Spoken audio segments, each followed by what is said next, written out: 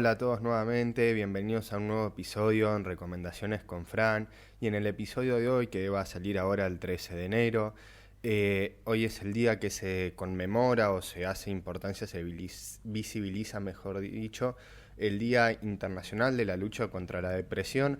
Y últimamente, hace pocos días, terminé de leer un libro muy interesante, como podrán ver en el título, que se llama El demonio de la depresión, de Andrew Solomon.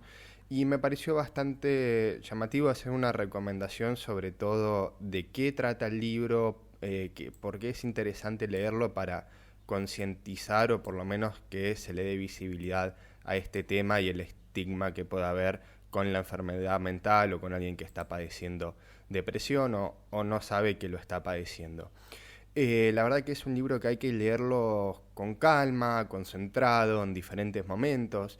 Y es un libro muy íntimo, a través del cual el autor, este Andrew Solomon, que es una persona que hoy en día tiene 63 años, si no me equivoco, nos cuenta su propia experiencia con la depresión, que ha atravesado depresiones severas, muy graves, ¿no? Por lo que él va relatando. Entonces todo el tiempo va contando desde el momento en que se le desencadena, no me gusta mucho usar esa palabra, pero desde el momento en que comienza a sentirse medio mal hasta los momentos más fuertes de su depresión, las recaídas, los avances que tuvo.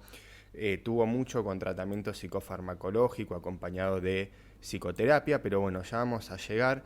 Y es un libro muy interesante porque todo el relato lo hace de una manera muy cruda, muy violenta, siempre contando la realidad de cómo él vivenció cada uno de esos momentos, de las sensaciones físicas que tuvo, cómo fue su círculo de apoyo, cómo lo fue transitando cada uno de estos momentos. Es un libro extenso que tiene alrededor de 1000 páginas, tiene una amplia cantidad de bibliografía, pero en sí de contenido deben ser como unas 800 páginas y está dividido en 12 capítulos que a mi gusto los primeros dos capítulos son los mejores capítulos del libro, porque relata desde el primer capítulo que se llama, si no me equivoco ya se los leo, depresión. Lo que él nos dice en el primer capítulo, sí, depresión se llama desde el primer capítulo, lo que él nos va a hacer es trazar una distinción entre diferentes tipos de depresión, la depresión aguda, la depresión severa, la depresión crónica, siempre desde una manera muy sencilla, muy coloquial, sin entrar en tecnicismos, para que el lector pueda continuar con el grueso de la novela, que en realidad es contar y transitar cómo vivió una experiencia una persona con depresión, cuáles fueron sus síntomas, cómo fue todo ese arduo camino. Si bien el libro está narrado, no me acuerdo bien el año de publicación, lo tengo que buscar, pero está contado desde su experiencia, desde 1990 más o menos, 1993, que él comienza a sentirse medio mal, sí que ya comienza con la sintomatología de la depresión, hasta más o menos, si no me equivoco, que empieza a transitar todo mucho mejor a partir del año 2012, como que se termina a estabilizar, siempre con recaídas, salidas, avances, ¿no? Todas estas cuestiones que la depresión severa tiene. Y siempre lo que me gustó del libro es que lo cuenta desde la verdad de lo que él sintió, cómo estuvo. No vas a encontrar en este libro partes inventadas de sentimientos ni nada, y siempre desde una perspectiva muy propia del autor. Tampoco se van a encontrar definiciones propias de la depresión de un manual de psicología clínica o cosas por el estilo, sino que siempre va a estar ligado a esto. Los otros capítulos que le van a seguir, los otros 10 capítulos, también son muy interesantes, son muy llamativos. Eh, Sobre todo porque, ¿qué tenemos? Tenemos un capítulo, el tercer capítulo, que está destinado a los tratamientos para la depresión. Y acá una aclaración que la historia del chabón, que si bien en esa época también existían otras terapias, o sea, en los 90 y demás, la que seguía más en vigencia era el psicoanálisis. Él lo aclara y lo dice que él siempre hizo psicoanálisis y lo cuenta desde su propia experiencia y comenta que, y esto es lo que yo quería recalcar, que la terapia con mayor evidencia para diferentes psicopatologías y para la depresión es la terapia cognitivo-conductual, también llamada TCC, o la activación conductual, abreviada como AC, que estas no se mencionan en el libro, pero esas son los que tienen mayores niveles de eficacia. Él solo habla del psicoanálisis porque es lo que él experimentó, y también cuenta cómo el psicoanálisis con la primera psicoanalista que tuvo no le sirvió porque le negaba ir a un psiquiatra. Entonces es un libro muy personal, muy privado, que cuenta todas estas cosas. También habla de alternativas a los tratamientos, diferentes estilos o actividades que se pueden llevar a cabo. También habla un poco de diferentes problemas asociados con la depresión y cómo pueden venir encaminados, ¿no? Por ejemplo, habla de las poblaciones, cómo diferentes poblaciones en el mundo la viven de manera diferente.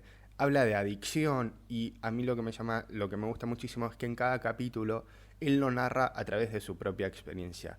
Él lo narra a partir de estos datos duros que va a ir comentando, tales como la adicción, que es si consumía alcohol en algún momento, o las personas que son alcohólicas que terminan deprimidas, o los depresivos que consumen alcohol, y él siempre va a hablar también de su experiencia y decir: yo consumía alcohol también y no mejoraba nada, excesivo, aparte de su depresión.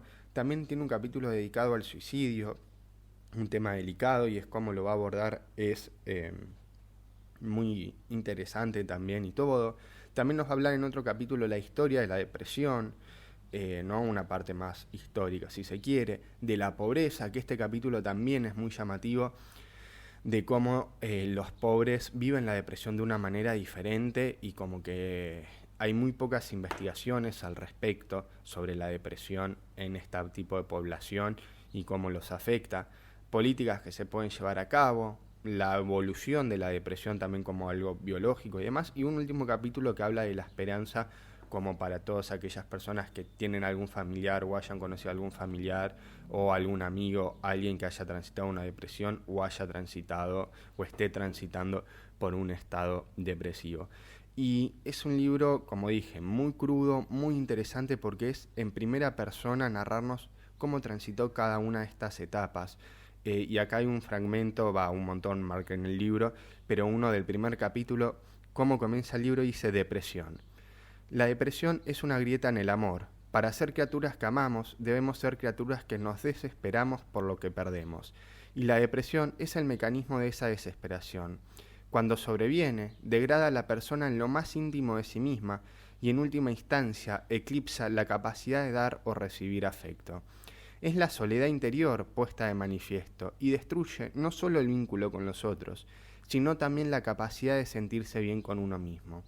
El amor, aunque no es en modo alguno profiláctico contra la depresión, es lo que amortigua la mente y la protege de sí misma. En la depresión, la falta de sentido de toda iniciativa y de todo afecto, y la falta de sentido de la vida misma, se tornan evidentes. El único sentimiento que previene en este estado de carencia de amor es la insignificancia. La vida está colmada de pesares, hagamos lo que hagamos, a la larga moriremos. Cada uno de nosotros está encerrado en la soledad de un cuerpo autónomo. El tiempo pasa y lo que ha sido ya nunca volverá a ser. El dolor es la primera experiencia de nuestra indefensión frente al mundo y nunca nos abandona. Nos enfada ser arrancados de la comodidad del vientre materno, y apenas ese enfado se disipa, lo que ocupa su lugar es la aflicción. Ni siquiera aquellas personas cuya fe les promete que todo será completamente diferente en otra vida pueden evitar los sentimientos de angustia en esta. El propio Jesucristo fue el hombre de los pesares. Bueno, esto como a modo de introducción, y también, cómo arranca el autor, ¿no? Ya con esta visión suya de cómo él concibe la depresión, cómo la vivió, cómo la transitó.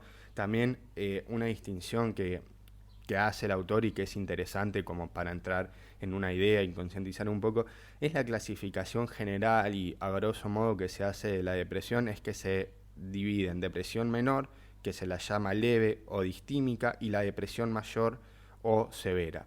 La depresión leve o la distimia es un estado gradual y a veces permanente que corroe a las personas de un modo semejante a como el óxido. Deteriora el hierro. Implica sentimientos de aflicción demasiado intensos ante causas demasiado insignificantes. Un dolor que se impone sobre los otros afectos y los desplaza en bloque. Este tipo de depresión se manifiesta corporalmente en los párpados y en los músculos que mantienen erguida la columna vertebral, hiere el corazón y los pulmones y hace que los músculos involuntarios se contraigan más de lo normal, como el dolor físico que se torna crónico.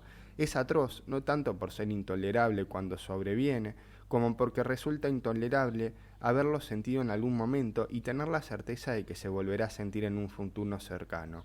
El tiempo presente de la depresión leve no concibe la posibilidad de alivio, porque uno siente que está frente a algo inexorable. Eso por un lado. Y con la depresión mayor, dice, se parece más a un derrumbamiento. Si en la depresión leve uno se imagina un alma de hierro que sobrevive a la aflicción a pesar de deteriorarse, en el caso de la depresión mayor, nos encontramos con el desplome de toda una estructura. Hay dos modelos para caracterizar la depresión, el dimensional y el que la concibe como una categoría. El modelo dimensional plantea que la depresión se asienta en un continuo de tristeza y representa una versión extrema de algo que todo el mundo ha sentido y conocido alguna vez en su vida.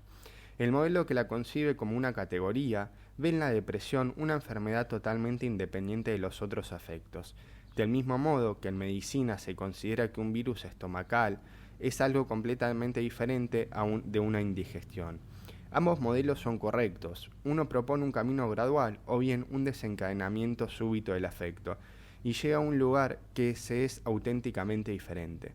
Para que un edificio de estructura metálica se derrumbe por efecto de la herrumbre hace falta cierto tiempo, aunque esta corroe sin descanso el metal, lo corrompe, lo erosiona. El derrumbe, por más repentino que parezca, es la consecuencia acumulativa de la decadencia paulatina. De todos modos, es un acontecimiento sumamente especular y diferente a la vista. Transcurre mucho tiempo entre la primera lluvia y el momento en que el óxido ha corroído, de modo definitivo, una viga de hierro.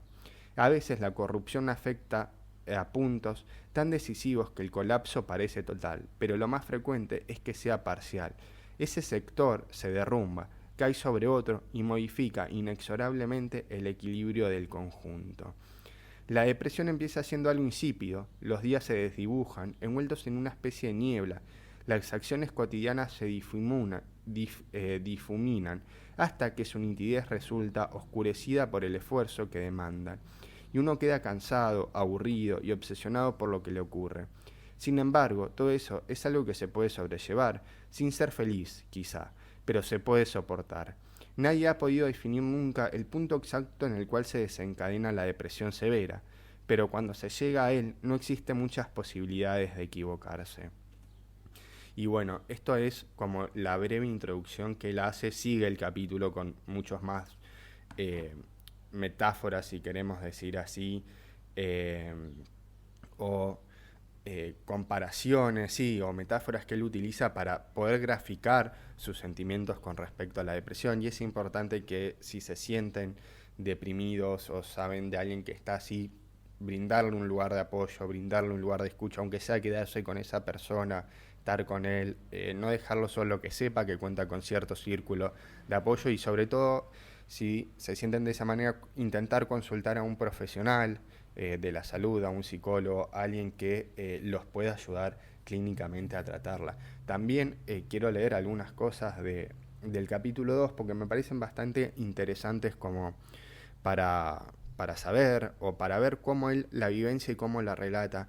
Y dice: estar deprimido cuando se ha experimentado un trauma o la vida es un verdadero caos, es una cosa. Pero estarlo cuando se han superado los conflictos y la vida no es un desastre, nos sumerge en una confusión y una pérdida de estabilidad emocional espantosas, que este es el caso que le pasa a él. Él, el autor Andrew, había perdido a su madre, luego de 3 años de un cáncer lo empieza a procesar, viene bien, estaba relativamente bien, su vida, no tenía que quejarse, básicamente, ¿no? Cuando yo lo estoy parafraseando a él, y de la nada empieza a sentirse de esta manera, así, mal.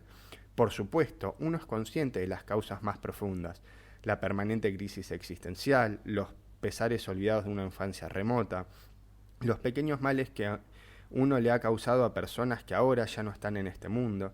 la pérdida de algunas amistades por propia negligencia, la certeza de que uno no es Tolstoy, la imposibilidad de alcanzar un amor perfecto, los impulsos de codicia e insolidaridad imposibles de ocultar, etc. Pero en ese momento, y a medida que realizaba este inventario, llegué a creer que mi depresión era un estado racional y al mismo tiempo incurable. En lo que concierne a ciertas cuestiones materiales cruciales, no he tenido una vida difícil. Otra parte que quiero resaltar o señalar es cómo él va detallando cómo venía todo bien, esto que leí, ¿no? De estar deprimido por algún trauma, por algún acontecimiento es una cosa, y estarlo cuando las cosas van relativamente bien es otra, o se vivencia de otra manera, y él dice, no voy a detallar cómo se derrumbó todo, porque esto resultará muy claro para quienes han conocido el agobio de la tristeza y a quienes no lo han experimentado. Tal vez les resulte tan inexplicable como a mí cuando tenía 25 años. Me limitaré a decir que fue una experiencia espantosa. Mi madre murió en el 91 cuando contaba con 58 años. La tristeza me paralizó, pero a pesar de las incontenibles lágrimas y de la enorme aflicción, a pesar de la desesperación de la persona de la que había dependido de forma tan asidua e intensa, me sentí bien en el periodo posterior al fallecimiento. Estaba triste y enfadado, pero no trastornado.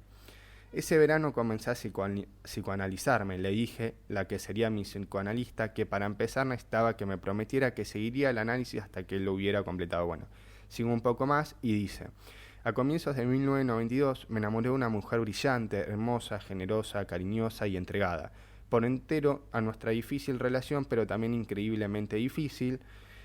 Aunque tumultuosa, nuestra relación era feliz. Ella se quedó embarazada en otoño de ese año y decidió abortar, lo que me provocó un inesperado sentimiento de pérdida. A fines del año siguiente, una semana antes de mi 30º cumpleaños, rompimos de mutuo acuerdo, y no sin dolor.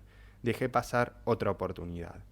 En marzo del 94, mi analista me anunció que se retiraba. Bueno, cuenta un poco de la historia de la psicoanalista, cómo fue vivenciando su vida en estos puntos que él los resalta como puntos importantes en su vida, ¿no? Pero estoy buscando, y ahí lo voy a encontrar, ya casi lo tengo, que es los sentimientos que él desarrolla. Acá encontré el fragmento que quería, que dice: deprimirse es como quedarse ciego. Al principio la oscuridad va apareciendo de forma gradual y poco a poco lo van volviendo todo. Es como perder la audición, uno oye cada vez menos, hasta que se siente rodeado por un terrible silencio y llega un momento en que no puede emitir sonido alguno para tratar de romperlo. Es como sentir que las ropas que llevamos puestas se convierten de modo paulatino en madera y experimentar una rigidez en los codos y en las rodillas que poco a poco adquieren un peso terrible, hundiéndonos en una inmovilidad que nos aísla y nos atrofia y que al final nos destruye. Lo que tiene el libro también, muy interesante, es que él en todo, como ya comenté antes, va mezclando su experiencia personal y con diferentes datos que va dando. Va narrando de una manera tan cruel como lo atacó la depresión, cómo lo hizo sentir, que es llamativo y es interesante como verlo y escucharlo en primera persona más que en relatos a primera persona de cómo te lo narra esta persona. Y otro de los fragmentos, y ya para ir terminando, dice: los días transcurrían del mismo modo. Me despertaba sabiendo que experimentaba un pánico tremendo, y lo único que deseaba era tomar la medicación suficiente para volver a dormirme. Y quería dormir hasta sentirme bien.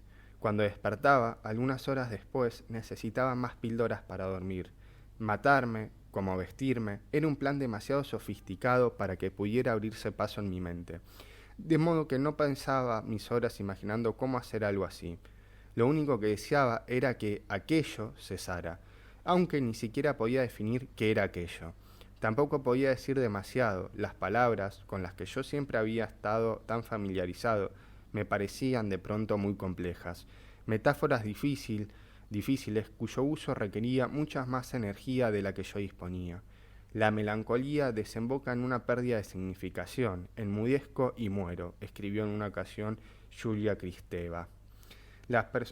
Bueno, y después sigue narrando y narrando así. O sea, como vemos en estos pequeños fragmentos que yo seleccioné, porque la verdad se puede seleccionar muchísimos más fragmentos y meterle muchísimo más, podemos ver cómo es un relato crudo de la depresión, cómo nos interpela su relato, porque es un relato cargado de sentimiento, de emocionalidad, donde vemos que el autor en ningún momento nos está mintiendo, nos está diciendo eh, cómo, cómo lo transitó, qué tuvo que hacer, cómo fue su círculo de apoyo, cómo intentaba sobreponerse a todo a pesar de que no tenía ganas de nada. Y también decir que la depresión es algo que se puede ayudar a aliviar su dolor, se puede salir de ahí, se puede curar y siempre lo principal es que si uno está atravesando una depresión o conoce a alguien, puede consultar a un profesional de la salud que lo va a ayudar y lo va a orientar, no caer en dejarse estar o en pseudoterapias como el coaching o la biodecodificación o las flores de Bach o la astrología, que son terapias que uno puede, terapias alternativas si se pueden llamar así, que uno puede llegar a escuchar que sirven o que ayudan a la depresión y en realidad no, porque no tienen evidencia y existen tratamientos que se han comprobado que funcionan. Lo mismo que este miedo que en el libro también se relata, que es el tema de la medicación. Obvio, siempre es mejor consultar primero con un psicólogo y en caso de medicar, se va a medicar y luego de ahí se verá cómo se sigue. Pero bueno, espero que les haya gustado. A mí la verdad que es un libro que me gustó muchísimo, sobre todo para conocer como el desde adentro de una persona deprimida, cómo se ve esta situación y sobre todo que es una depresión severa, con constantes recaídas, etcétera, etcétera. También pueden, si les interesa escucharlo en YouTube, pueden encontrar muchísimas charlas del chabón, ponen Andrew Solomon y ahí les van a aparecer. Eso es todo y nos vemos en el próximo episodio.